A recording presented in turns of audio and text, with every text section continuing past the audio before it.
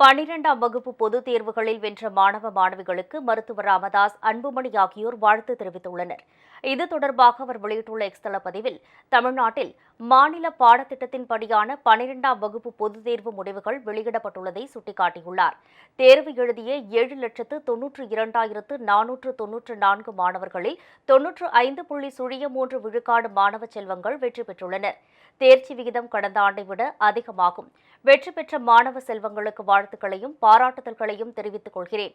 அதே நேரத்தில் தோல்வியடைந்தவர்களுக்கு நான் சொல்ல விரும்பும் அறிவுரை, மனம் தளர்ந்து விடாதீர்கள் என்பதுதான். அடுத்த மாதம் நடைபெறவுள்ள துணைத் தேர்வுகளில் பங்கேற்று வெற்றி பெற்று உயர்கல்வியை தொடர வேண்டும் என்று அனைவரையும் வாழ்த்துவதாக மருத்துவர் ராமதாஸ் தெரிவித்துள்ளார்.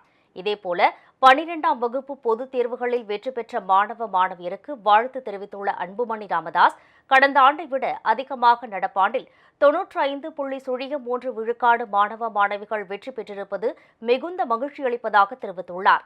அவர்கள் அனைவரும் நல்ல ஆலோசனை பெற்று சிறந்த உயர்கல்வி பயிலும்படி அறிவுறுத்தியுள்ளார்.